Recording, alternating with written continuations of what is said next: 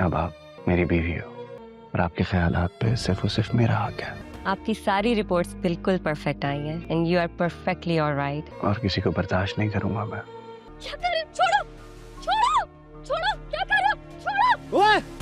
اس نے ایک اچھی بیوی اور اچھی بہو کے فرائض نبھائے. شکر ہے اللہ کا. بالکل. میری دعا ہے کہ اللہ تعالیٰ تمہیں ہمیشہ خوش رکھے، آباد رکھے. آمین. محبت دل کو تو لبھا سکتی ہے، یہ اللہ کی بڑی کرم نوازی ہوئی ہے.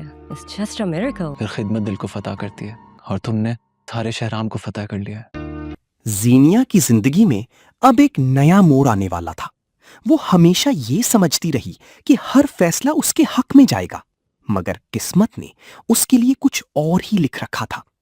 شادی کے بعد شروع میں دانش اس کے ساتھ بہت نرمی اور محبت سے پیش آتا رہا. زینیا کو یہی لگتا تھا کہ اسے ایک ایسا انسان مل گیا ہے جو ہر حال میں اس کا ساتھ دے گا. لیکن وقت گزرتے ہی دانش کا رویہ بدلنا شروع ہو گیا. اب وہ زینیا پر مختلف پابندیاں لگانے لگا تھا. وہ نہیں چاہتا تھا کہ زینیا ہر وقت اپنے رشتہ داروں یا دوستوں سے ملتی رہے. ایک دن دانش نے صاف الفاظ میں کہہ دیا، اب ہماری نئی زندگی شروع ہو چکی ہے اور میں چاہتا ہوں کہ تم اپنی پوری توجہ صرف اپنے گھر پر دو. دانش کی یہ بات سن کر زینیا حیران رہ گئی، کیونکہ شادی سے پہلے اس نے کبھی اس انداز میں بات نہیں کی تھی.